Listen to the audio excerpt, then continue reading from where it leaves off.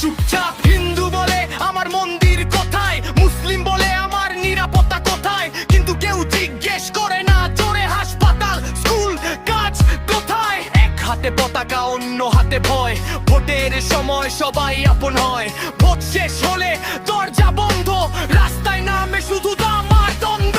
ধর্ম কি শেখায় ঘৃণা করতে, নাকি মানুষই মানুষকে শেখায় ভুল পথে?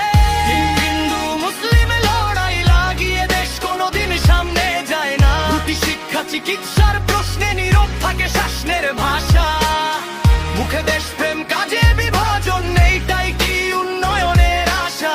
আমরা লড়ি নাম পরিচয়, ওরা বাঁচে জবাবহীন ক্ষমতার। আমি হিন্দু না, মুসলিম না, আমি প্রশ্ন করা নাগরিক। আমার করের টাকায় চলা রাষ্ট্র, আমাকে উত্তর দিতেই হবে ঠিক।